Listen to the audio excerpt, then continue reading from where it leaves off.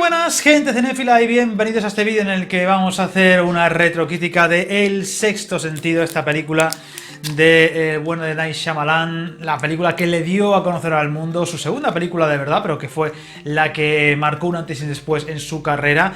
No es para mi gusto su mejor película, lo pondría en segundo lugar, pero aún así de lo mejorcito de este director, que ha dado tanto de sí desde entonces y que se ha convertido en uno de los cineastas más apoyados, con más adeptos a su alrededor, aunque también tiene muchos detractores. Es una película que marcó una época del 99, cerca ya del cambio de milenio, y que le daría un toque muy especial al cine de terror a partir de entonces. Muchas películas han bebido del sexto sentido, como por ejemplo en detalles como la sorpresa final y cosas por el estilo. Curioso porque el 99 fue un año de otra película muy potente que nos llegaría como Matrix, que cambiaría también las reglas del cine de acción, incluso de la ciencia ficción a partir de entonces. Esta no deja de ser una película que marcó un antes y un después, como digo, en el cine de terror o suspense terror a partir de entonces. Muchas películas han bebido después del Sexto Sentido, una película que la ves ahora en muchos sentidos y cuesta creer que fuera un fenómeno tan enorme como el que se generó en su momento. Una película de más de 600 millones de recaudación, una burrada. De hecho, durante muchos años han sido la película más taquillera de la historia en cuanto a cine de terror, no la más vista, pero sí la más taquillera, hasta que It le quitó ese lugar hace pocos años. Y recuerdo perfectamente la que se organizó a su alrededor, ¿no? Todo el mundo hablaba del Sexto Sentido y yo tengo que decir que, por desgracia, vi la película después de enterarme de la super sorpresa de ese spoiler, uno de los grandes spoilers de la historia del cine, que no voy a contar aquí, por supuesto. Voy a intentar hacer una crítica sin entrar en detalles de spoilers, pero bueno, la historia que todos conocemos de ese niño que ve fantasmas, con ese personaje de Bruce Willis, ese psicólogo infantil que le va a intentar ayudar para superar esos miedos y bueno, primero descubrir qué le pasa y después superarlos. Hay que decir que Bruce Willis es el protagonista, el personaje de Bruce Willis, y no el del niño, que muchas veces la gente piensa que es el niño protagonista. No, Bruce Willis es el protagonista y el niño es un importante personaje que va a hacer que el personaje principal de Bruce Willis evolucione y llegue al final de una forma, vamos a decir, satisfactoria, y cierre el círculo perfecto de lo que sería la transformación del personaje y demás. Una película que nos estaría a un Bruce Willis que no estaba precisamente en ese momento muy familiarizado con este tipo de género, seguía siendo una gran estrella del cine de acción, y que aquí nos descubría un actor un poquito más dramático y un poquito más de otro tipo de actuación. Evidentemente llevaba ya unos tiempos, unos años, donde intentaba darse un hueco como actor, vamos a decir, un poquito más serio, hacer algunas películas un poquito más importantes. Ahí estaba 12 monos, y esta era una gran oportunidad para intentar demostrar sus dotes de actuación más allá de la acción, y Night Shyamalan le dio esa oportunidad con un papel que, oye, tenías a una estrella que te podía llevar a mucha gente al cine, y además pues Bruce Willis entraba en una película que desde luego fue, como digo, un antes y un después, esa sorpresa, esos giros de guión tan grandes.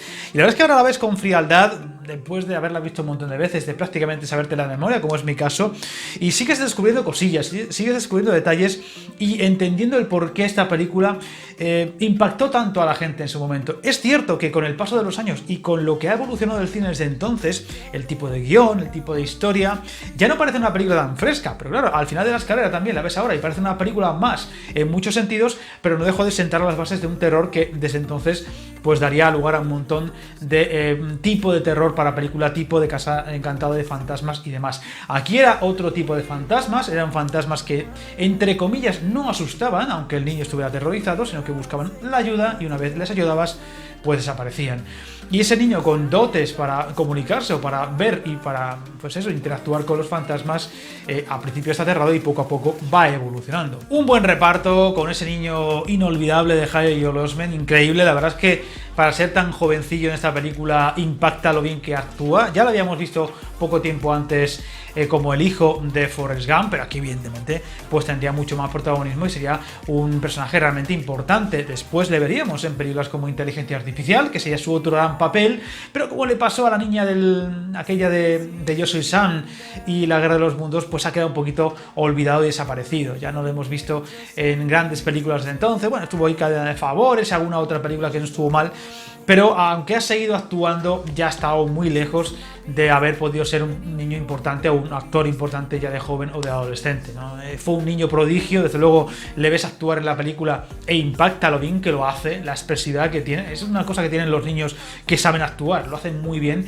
impresionan la capacidad que tienen no solo de actuar, sino de llenar la pantalla. Evidentemente, Bruce Willis es un actor que le conocemos todos, es muy famoso, es muy importante, pero como actor no es Marlon Brando ni es Robert De Niro, y el niño se come a Bruce Willis en muchos momentos, sobre todo cuando están juntos. Pero hay que decir que la química que se crea entre los dos, entre el niño y el psicólogo, es muy interesante, porque además vamos viendo la evolución de los dos personajes y cómo uno va confiando un poquito más en el otro y se van ayudando mutuamente a medida que avanza el film. Curiosamente, evidentemente, cuando sabes de qué va la película no te causa tanto impacto, pero tarda casi 50 minutos en saber, tanto el protagonista como nosotros, qué le pasa a ese niño. Tardamos 50 minutos en saber que lo que le pasa a ese niño es que ve fantasmas y que interactúa con ellos y que los ve como si fueran personas normales todos los días, con esa frase lapidaria, en esa escena memorable. Yo creo que una escena que por muchos años que pasen seguirá siendo una escena impactante. Es una escena muy escalofriante, está muy bien rodada, cómo está hecha, la actuación del niño, incluso ahí Bruce Willis está también muy bien, el uso de la música, el uso de la cámara, como poco a poco nos vamos acercando más a él, ¿no?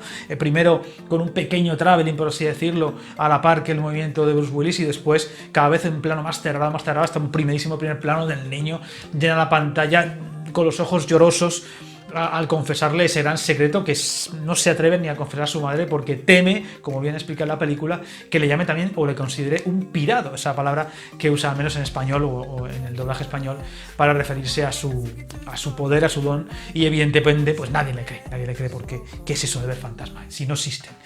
Una película que la verdad deja al descubierto una idea que está muy presente en el cine en muchos momentos, pero que yo creo que a partir de aquí se hizo más patente, ¿no? Ejemplos como Los Otros, El Último Escalón, son películas de esos años que también usaron mucho esa idea de que los fantasmas están aquí no para asustarnos ni para aterrarnos, sino más bien para buscar algún tipo de solución para que se dejaron en esta vida, y hasta que no esté solucionado no se van a poder ir al otro mundo, por así decirlo, en paz, ¿no? Y aquí es muy interesante la idea de mezclar esa especie de terror, que más que nada es un terror interno del niño, no llega a ser una película de terrorífica en ese sentido, sino que ni hay sustos brutales ni nada por el estilo, sino que el terror es ese terror que siente el niño. Y a medida que avanzamos en la película y a medida que el niño acepta esa condición de que lo que parece una maldición puede ser incluso un don, ese terror va desapareciendo.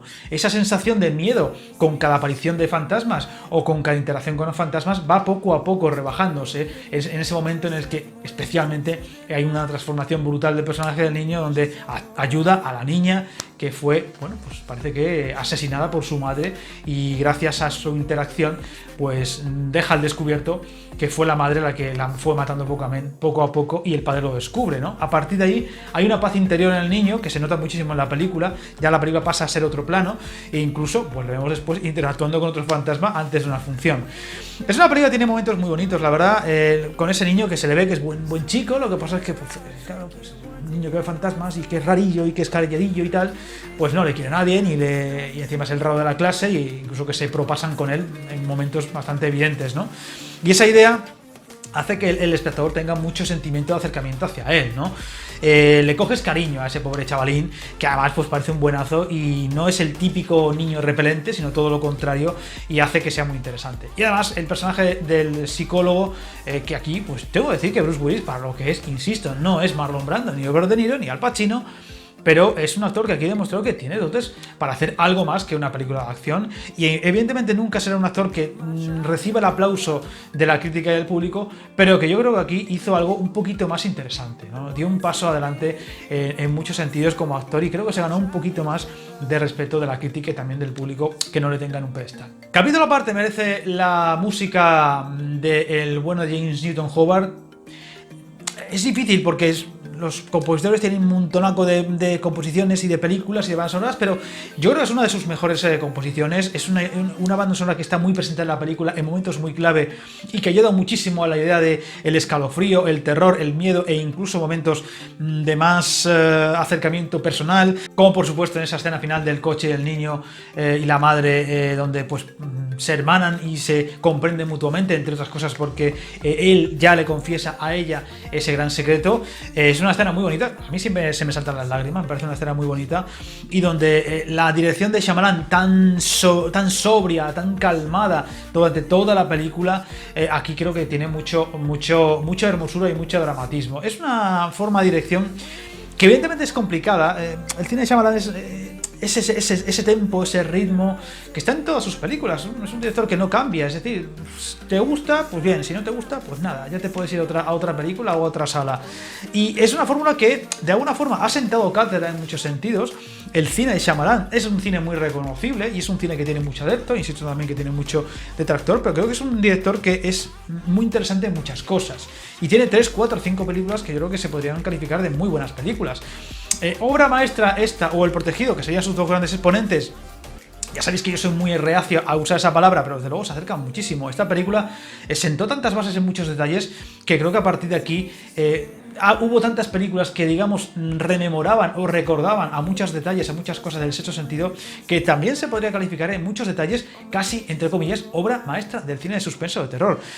Y creo que también sin temblarnos el pulso. Hay momentos de la película que quizás sean algo excesivamente lentos. El tipo de película que es tampoco invita a que sea una película de sobresaltarte por doquier ni nada por el estilo, sino meterte más un poco en la idea de los personajes, en el dramatismo que tiene cada uno, el protagonista con ese pasado, con ese chaval que se suicida en su casa y le dispara, y también solucionar sus problemas conyugales, que vamos poco a poco descubriendo. Ya sabéis que no voy a contar spoilers, y que digamos que con el niño de por medio tiene opción de, digamos, solucionar las dos cosas, y por ese niño que quiere solucionar o ir más allá y ser capaz de sobrevivir o de convivir de alguna forma con los fantasmas y no solo pasar miedo como ocurre al principio. Y las dos además confluyen y se solucionan mutuamente en la parte final, lo cual siempre es muy agradable. Y también, por supuesto, mención aparte merece la dirección de Shyamalan, que la verdad es que la ves y aparte de esos detalles que tiene de su forma de dirigir, de su tempo, de sus guiones, ¿no? Recordemos que la mayoría de sus películas son escritas por él mismo, como esta propia en ese sentido. Esa forma de dirigir, ¿no? Aquí hay mucho uso del color, ese rojo que muchas veces está presente en la película para transmitir ciertas cosas, esa forma de dirigir ciertas escenas, como por ejemplo esos acercamientos, esos vis a vis entre el psicólogo y el niño al principio, ¿no? Según se van acercando o alejando, va acercando la cámara o acercando en la amplitud del plano para transmitir una idea de que están un poquito más cerca mutuamente o se están alejando. Eso también se ve muy bien, como he dicho antes, en la escena del hospital, pero además con una habilidad muy sorprendente de buscar terror o escalofrío en cosas que no tienen nada que ver. Por ejemplo, hay un plano que a mí siempre me fascina y que está muy bien hecho porque cambia la luz, porque es un plano fijo muy sencillo, pero la música ayuda mucho, que es un plano al principio de una estatua, de una escultura doble o algo así de Filadelfia, será muy conocida. Y simplemente es como un amanecer con la escultura y el uso de la música.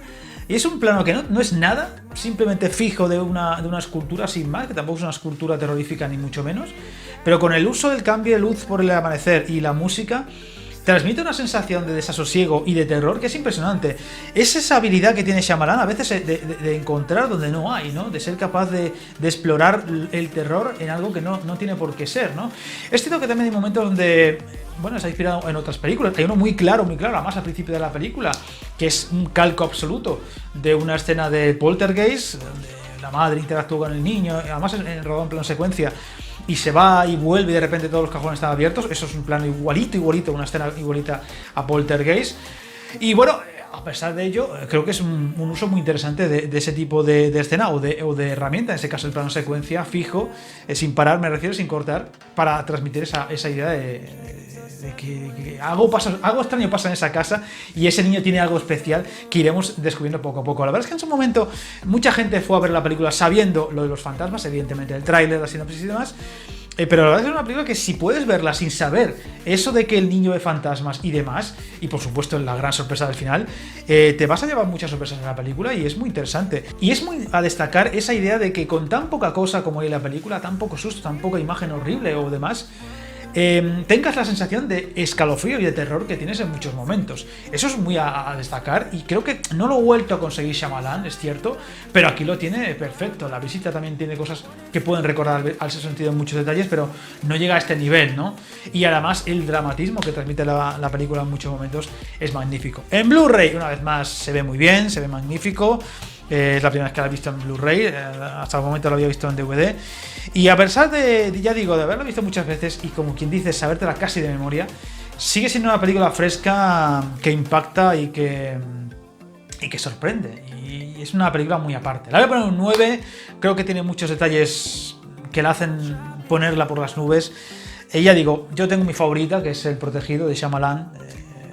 Para mí este capítulo aparte, y la pondría por delante, pero desde luego en ese sentido es magnífica y es su segunda gran película para mi gusto, aunque entiendo que muchos de vosotros la pongáis como primera, porque es su mejor ejercicio en muchos detalles. Y nada, encantado de saber vuestra opinión. Estamos en esta semana de Halloween. Ya sabéis que esta semana hemos dado muchísima caña a Halloween, ese mega unboxing de toda mi colección de terror, ese super vídeo con otros canales colaborando, 32 invitados, y también ayer tuvimos a Thanatorius Mortal Band en el charla con youtuber, con lo cual es semana intensa, dura, agotadora en muchos sentidos, lo puedo asegurar, pero merece la pena. Y hoy le tocaba el turno a un peliculón de suspense y terror. Y ojo, mañana pelis vistas, porque 2 peliculones para criticar, entre otros los que he ido viendo esta semana de Halloween. Así que, como siempre, encantado de saber vuestra opinión sobre esta película. Si queréis ya dejar el ranking top de Shyamalan adelante, es algo que tengo que hacer más adelante en el canal. Y como siempre, parafraseando a Robocop, no os metáis en líos.